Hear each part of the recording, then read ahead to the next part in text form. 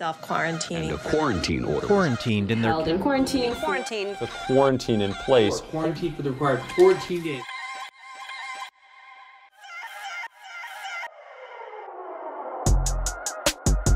Hey, what's up, people? I am JC, and you are listening to another episode of Quarantine Talks. Yay. We locked down. We not going nowhere. We in the house because Mother Nature put us on timeout. Possibly the Chinese. I don't know. Oh, we're not doing propaganda on this episode.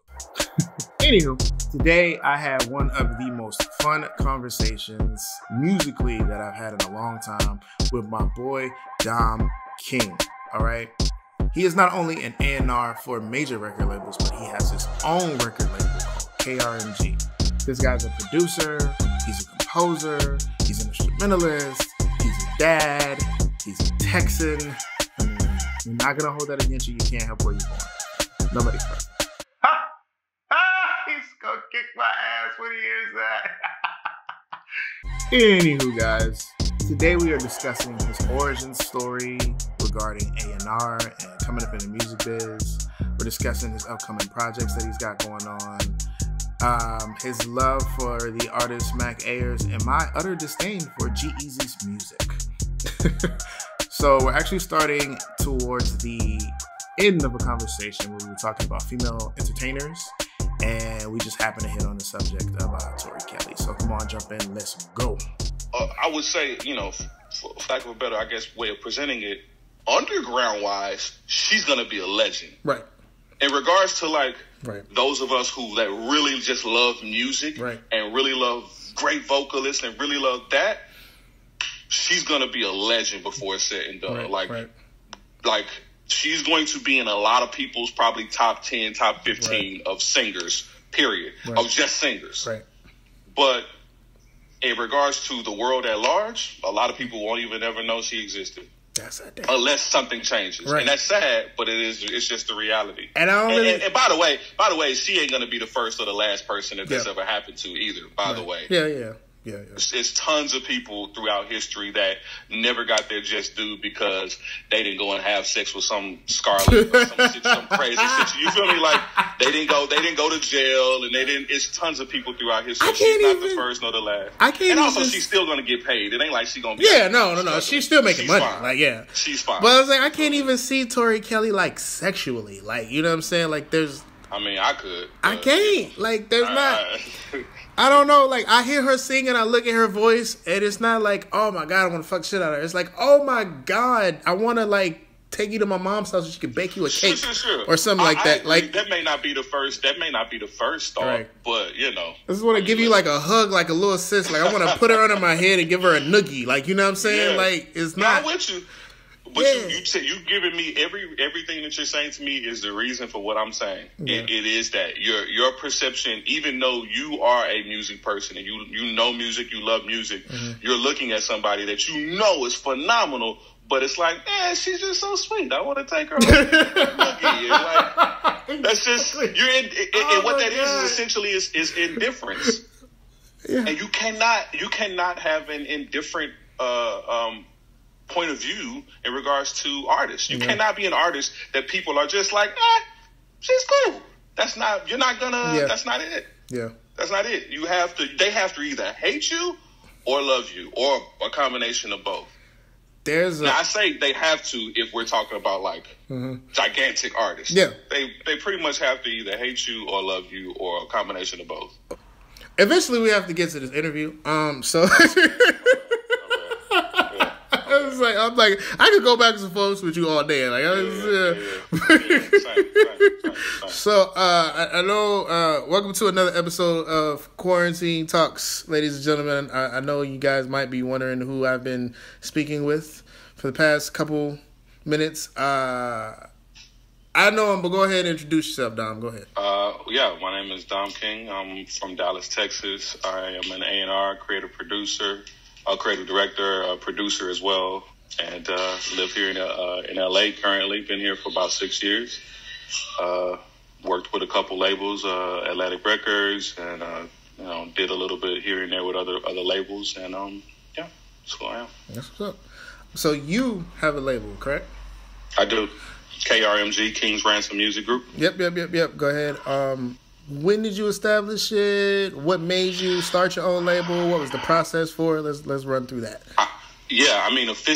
Officially, it was established in like 2013, 2014 when I went through LegalZoom to get my LLC. Not LegalZoom. Went through LegalZoom. Hey. Listen, I'm gonna tell you though. Here's the funny part about that though. I did that because that's what I thought I was supposed to do. And I did it way before I needed to. I had nothing going on, zero going on at that time. I had just moved out here. I didn't know anybody, and I spent a lot of money that I probably shouldn't have spent on that. Okay.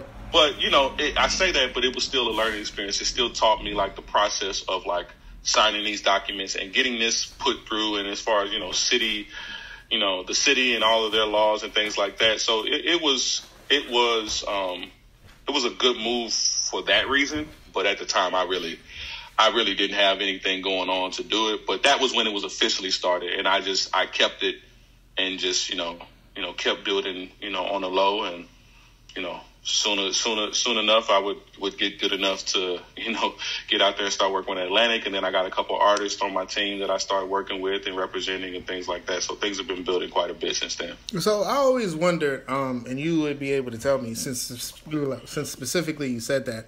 So in a situation where you have KRMG and then you're working as, let's say, an A&R for Atlantic, and you essentially bring them an artist. So how does that do they sign under Atlantic, or is it KRMG/Atlantic?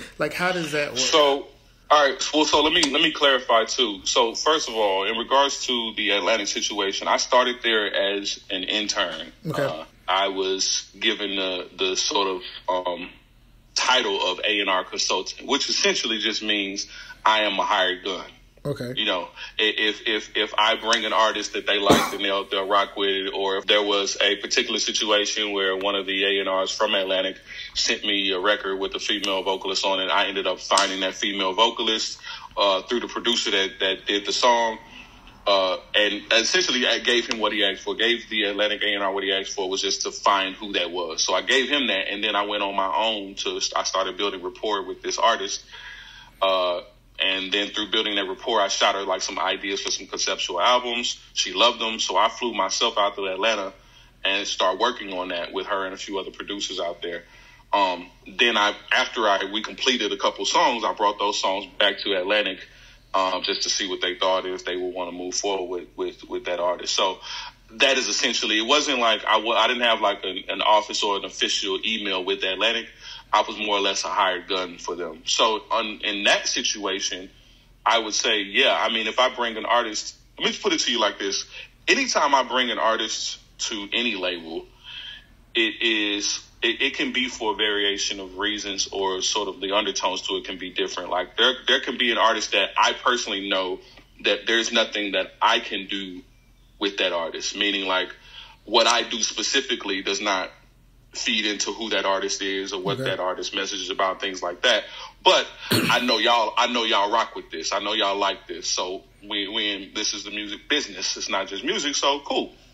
I'm gonna bring artist such and such to Atlantic or to whoever, because I know y'all rock with them. That was the situation with them. And so no, as far as the combining of two labels, I'm sure there are definitely situations where that works out. It just depends. So it's hard for me to answer that straight out, because it just depends on what my relationship was with the artist when I brought the artist. Okay. If it was just I heard you and I called you up and said, hey, I want to get you a deal or get you whatever, and I brought you, then I probably would get I would get a percentage of whatever deal was made. Okay. But in regards to that person being on my label, it just depends. If we would have had to have already had that relationship or had an agreement to some extent for that. So it sounds like, just for people that don't know, so the responsibilities of an A&R is artist and repertoire. So basically going and finding artists, and bringing them back to the label, hey, I think this would be a good fit for you. I I mean, I think here's the thing. I get asked that all the time. I want to make a shirt that defines A&R the best that I can. I got to get. I've never been one, but I not formally, but it seems like you do like every damn thing. So it's just like kind of. So that's essentially what I was about to say. Yeah. It is so much, and it depends. Not all A&Rs are created equal. I happen to be a former artist myself. I came into this game as a singer. I played saxophone throughout my entire school life, and I write music. I produce music. So like my skill set as an A&R is not the same as another A&R who is more of the business side of things in regards to A&R. Not better, worse, whatever. It depends on your preference, but it's just simply different is my point. And so, yeah, I mean, a part of A&R's job is to find artists and to possibly, if they decide to, bring them to a label or sign them themselves. For me, though, specifically, my favorite part of that I love doing that. Don't get me wrong. I love finding and discovering new artists and all that. But I love the development part of it more than anything. Which doesn't really happen. Right. Well, yeah. And I mean, listen, there are definitely sectors that are still doing it. And I'm happy to know that and know a few of those people that are still doing that. But I think that's why people like myself still exist and still are very, very much needed in this game, because there are people like me that still know how important being able to find and develop an artist is. Most artists that I find are not fully like ready to be presented to the public yet. Nope. Even if you're like dope, even if you're lyrically dope, things like that. There's so many things that have to happen before that are part of that sort of wheel, if you will, that moves an artist's career forward, that have to happen before you're actually presented to the world. One of the first things I learned when I was working at Atlantic was how important production is to an artist. I remember, I'll never forget it, my first A&R meeting at Atlantic. I'm from Dallas. I brought 2 Dallas artists right out the gate. I was like, I've been waiting to tell somebody about these guys. One of them was the late Corey Struggs, who's a Dallas rapper. Rest in peace to him. Really dope kid, man. And I forget the other kid who's a singer. But anyway, so I brought both of them. And they liked Corey. They really liked Corey. But then they were like, well, but the production is trash. The production wasn't good. And I remember sitting in the meeting like, I mean, all right, but like, what about the artist? I'm not bringing you the producer, like, but what about the artist? Right. And he was like, and they were like, they basically like explained to me that it is as important, if not more important, the production behind the artist as it is what the artists themselves. And at first I couldn't understand it, because it was like, this isn't about the producer. This is about the lyrical content. It was about the artist, the rapper. Right.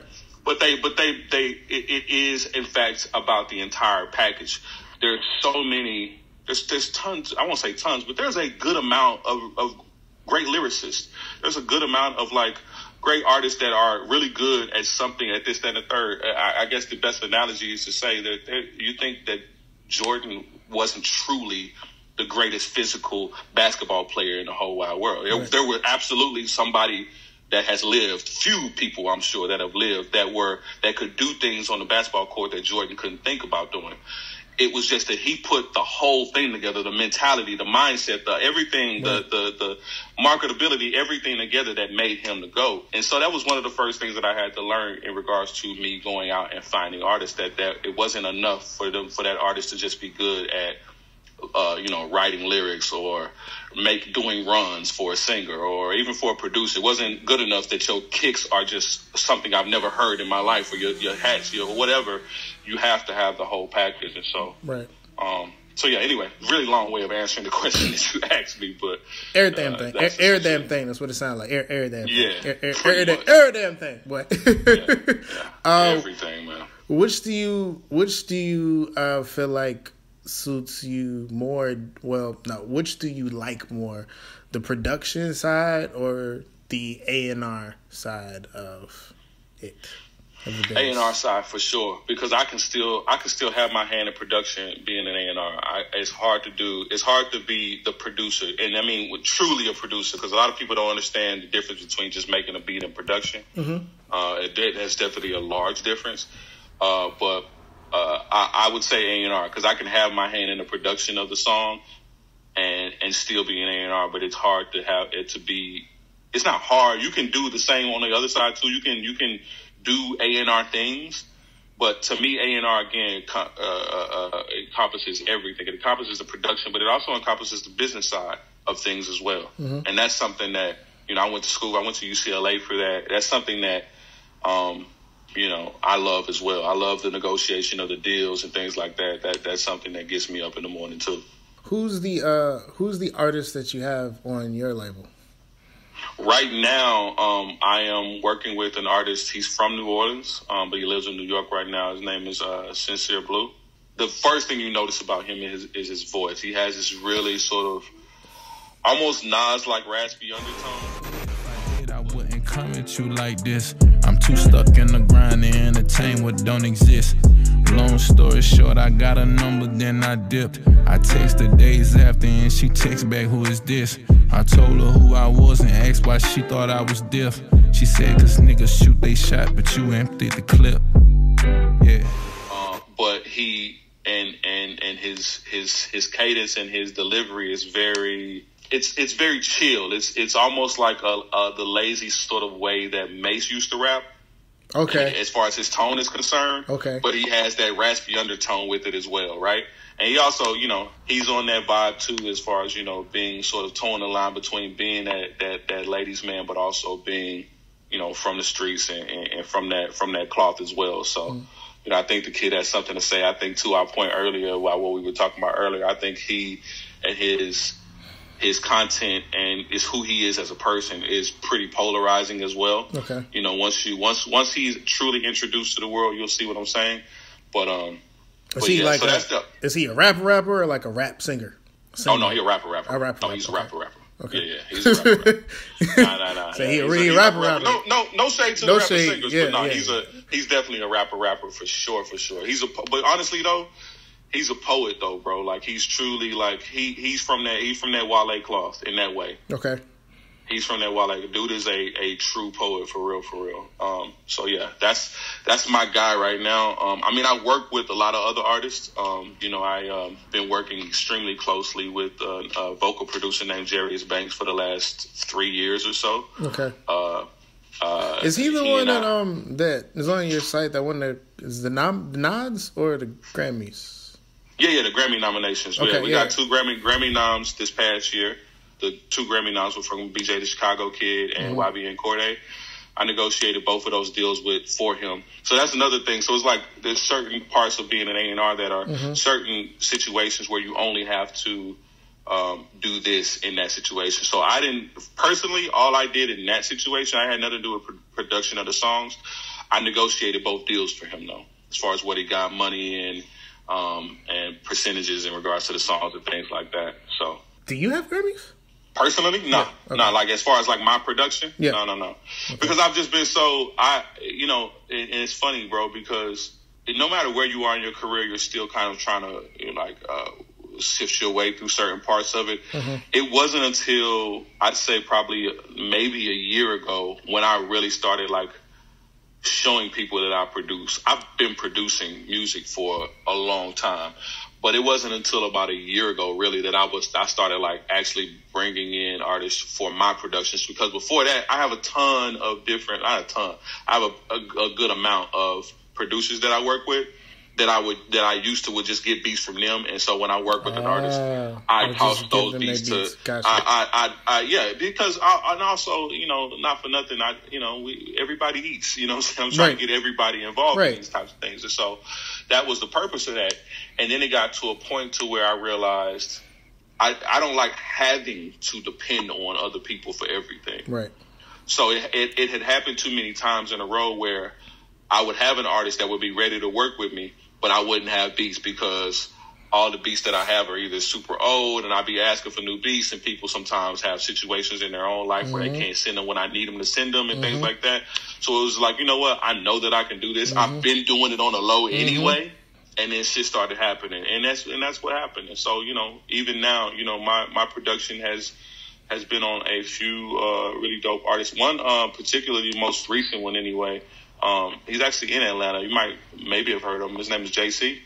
He's written for some really dope people, but he's working on getting his own name out there as far as an artist. But his name is JC. Okay. I'll send you a link to him. But yeah, I produced on his most recent album. And so now that's what I'm doing now is I'm putting as much effort into the production side of what I do as I am with the A&R as well. You know, still working with my producers, still absolutely getting beats and putting producers on, but also trying to make sure that the world knows that I got some heat too in regards to production. So what's the saying? Is it like necessity breeds creation, or is it creation breeds necessity? I can't remember. No, necessity breeds creation. It's something like that. Yeah. But yeah, it's necessity breeds creation. Yeah. And that's really, you're right. That's what it came down to. It was like, I remember one particular time I was literally in the session and I had been asking this producer for beats for seemed like at least a month.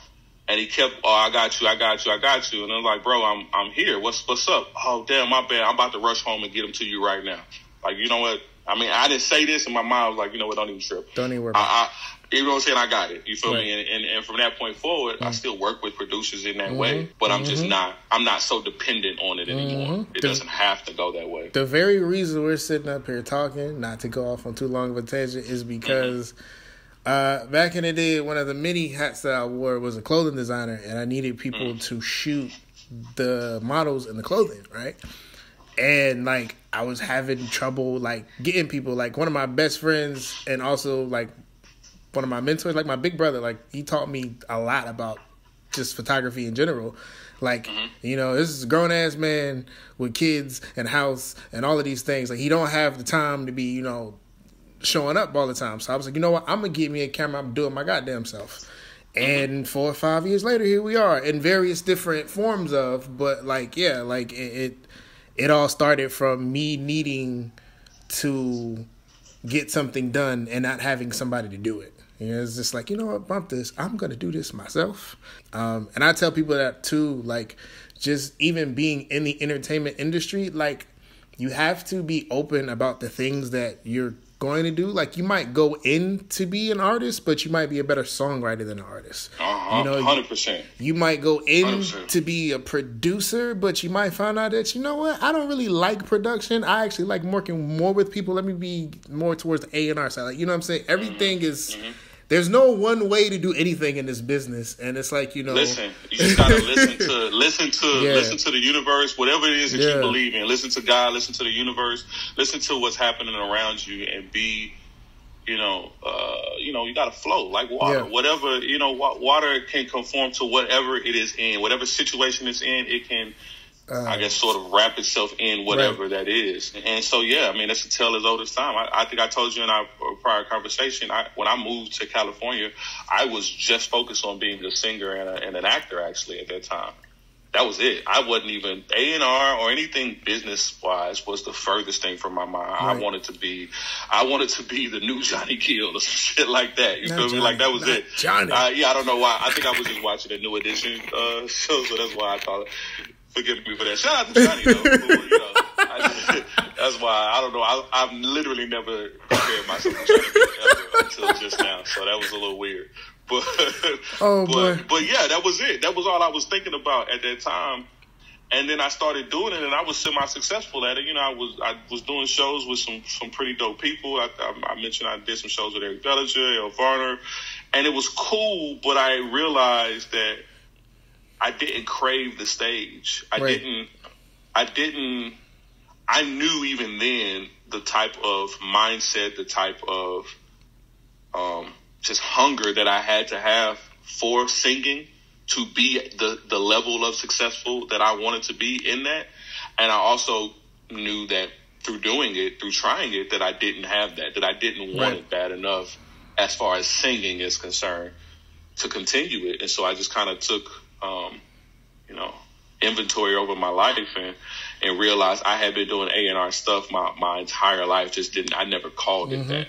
And the reality is that most of us, pretty much everyone that loves music to some extent plays the A&R role. If all you did was, even what you did when we first got on the phone. Hey, yo, have you heard this new Tori Kelly joint? A&R, right there. You essentially are passing on songs, passing on an artist that you love, that you heard of, that maybe I didn't, is essentially, in at least in a very small part, but it is a part of what an A&R does. Right. And so I just took over inventory of my life and looking at it that way and realizing, man, since I was way back when I was doing music with my cousin in his closet, I was like directing him on how to say things this way or doing it how to like, you know what I mean? And so it's like, all right, let me try this out. Yeah, like even listening to you go more into what A&R is, I'm like, oh shit, I've been A&R for a minute, but I mean, like I'm also the A&R producer, and just about everything. The lines are very, very much blurred between an A&R, a true A&R, and a manager. In certain situations, like there was one particular situation where I was in the studio with this artist that I was just A&R for at the time, and the engineer asked him. He was like, "Oh, who set this up and who did this?" And he pointed to me and he was like, "Oh, you know, Dom did this." It's like, "Oh man, this is, you know, basically like, are you managing the situation?" I was like, "No, I'm just, you know, doing an A&R." He was like, "Oh, okay." And then the artist was like, "You know, but he probably should be doing everything." And then from there, that's what I was. I was his manager. It just kind of happened that way. So the lines really, if you're passionate about it, as far as being an A&R, the lines can just so easily be blurred between that and a manager, because an A&R really does so much in regards to, you know, from the beginning to the end for an artist, that it is in a lot of ways like being a manager. All right, let's talk about the thing that actually got you on my radar. Can you tell us about the Black Love Is video for Tinder? Like that, I really, really like that. Like how the concept come up. How'd you know me? Because now I'm more the video aspect, so I'm like, oh, that shit is dope. Sure. Like, you know, so how did that? What's the concept? How was it like working with Director X? Like, how did all of this come about? So in regards to the video, like I didn't do the video. That was all X. As far regards to the video, I met X at a this like function that he had for the video with Tinder, and you know, he goes up there, he's on the stage, and he's like, X is a very passionate dude, so he goes on his soapbox about like the industry and how people are just getting played and just all types of different things that he just kind of goes on about. By the way, like he was right about like most of it, if not all of it. By the way, and he plays a video. There's no music to the video. There's just the video and the people in the video talking or whatever. And immediately I started thinking like, oh, this would be dope if it had some like music behind it. And then right after I started thinking that, he puts out a challenge. He was like, you know, hey, if anybody wants to with this, then go for it and send it to me. We'll see what happens. And, you know, luckily for me, I had an inside track. My girl happens to have like worked with him in some capacity as well. So like he knew her. And so when he got off the stage, you know, I was able to meet him. We talked for a good amount of time. You know, the vibe was really cool. And not for nothing, but, you know, this is Director X, but we used to know him as Little X, you know, all the very, very, like, classic and epic videos that he used to do.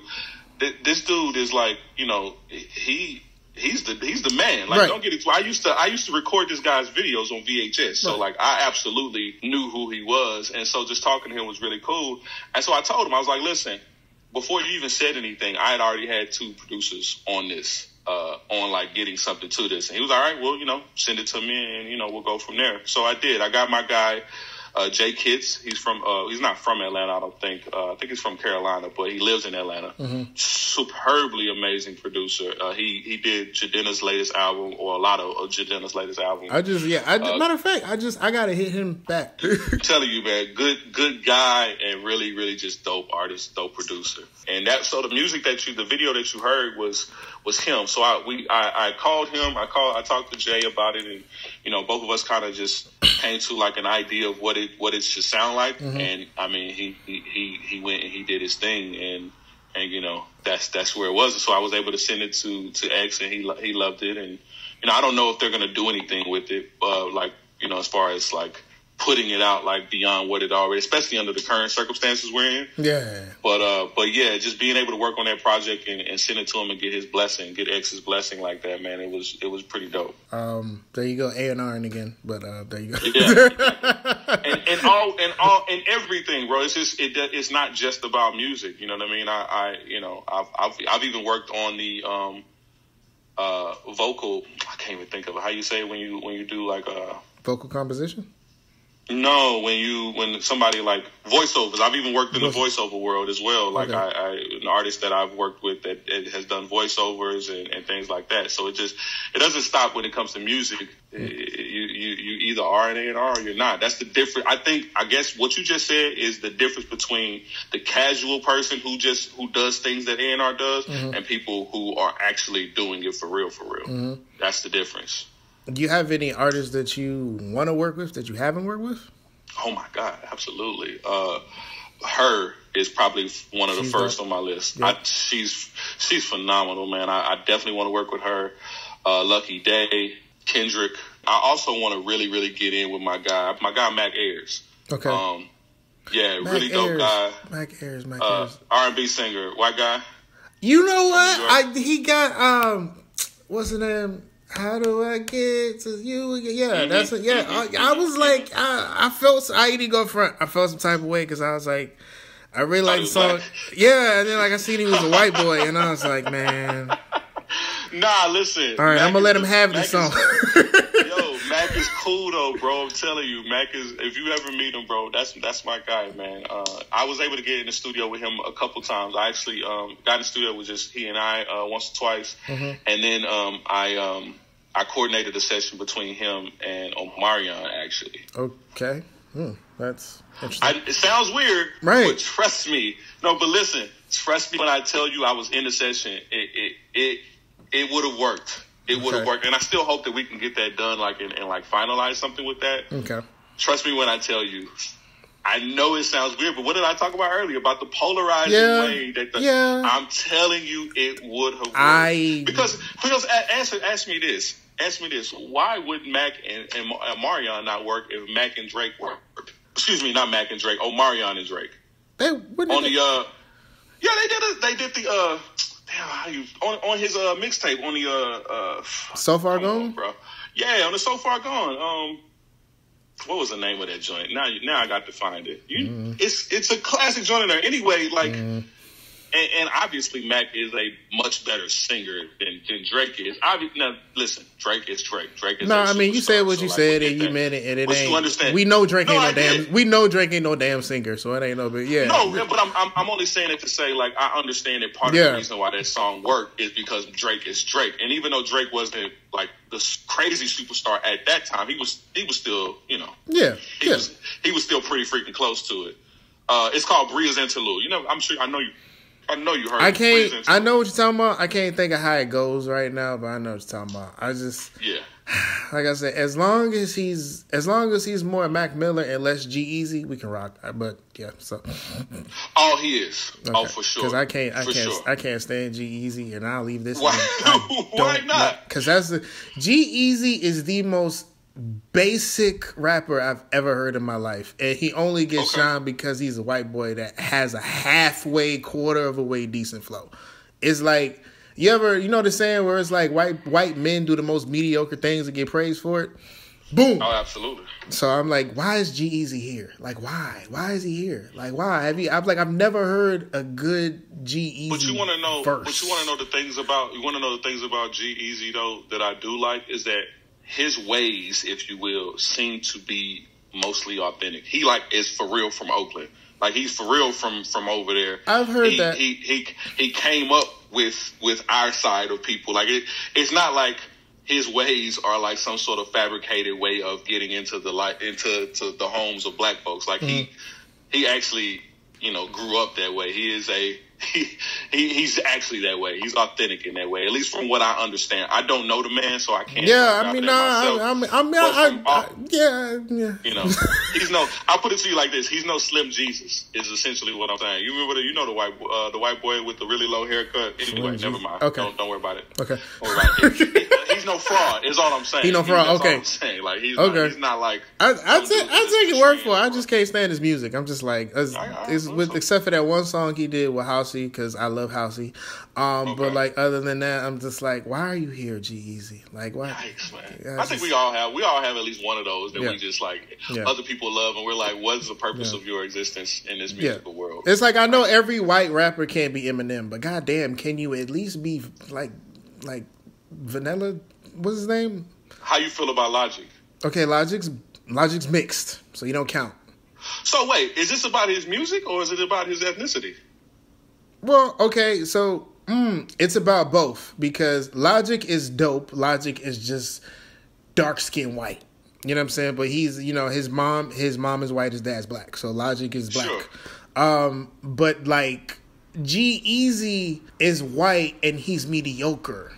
But he gets success because he's white and mediocre. Okay. So it's like a self-fulfilling prophecy in a way. So it's just like, it's hard for me to be like, it's hard for me to go up for G-Eazy when you're like basic as fuck. Like, well, listen, first of all, I want to say I think Logic is dope. Yeah, Logic is I think Logic sick. Is really dope. Yeah. However, but he's problematic. There are a lot of people who say that he panders to a certain community. Yes. You know what I mean? Yes. The suicides and the like all that. He panders and and a lot of people will say he always loves to mention that he's half white, half black. He like panders to that to some extent. I very in a super small amount can see why people would say that. I wouldn't say that I necessarily agree, but also even if he did, like, I mean, all right, like that's who he is. It's not like he's creating some sort of situation, but I understand why people would have somewhat of an issue with it, but.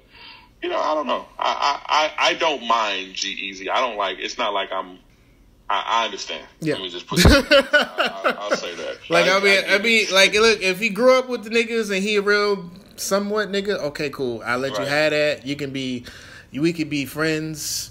I just don't want to hear your music. Like, don't play no songs around me. Like, you know what I'm saying? Don't do it. Okay. Don't play no songs around me. Like, because I like you as a person, I just don't like your music. So it's like, since your music is the only like facet of you I know, it's like I ain't got. We need more honest people in this world, brother. So you know, that's how you feel. Stand on that. I say it when I say it. You know what I'm saying? Yeah, that's it. That's it. Stand on it. So I get it. But you know. Oh God! Oh man! Segue. Right. What's next for you, brother? What's next for Dom King and KRMG? What's going on? I am currently working on a compilation album right now with all of the artists that I've already either worked with before in some capacity and just some new artists as well that I haven't worked with yet. I'm working on this really dope conceptual compilation album where it's gonna like. I don't want to give too much up, but the way that I'm gonna roll this thing out, bro, is different. It's not, the content won't be comic book like, but it will be rolled out in a very like storyline sort of way. Like it will have 5 chapters, and each chapter will have its own section of time where I am only highlighting that, and each chapter will connect to the next until the final chapter, and it will come. It's movie like. And I know people say that. People say that all the time. Oh, it's like a movie when it isn't, bro. It's just you.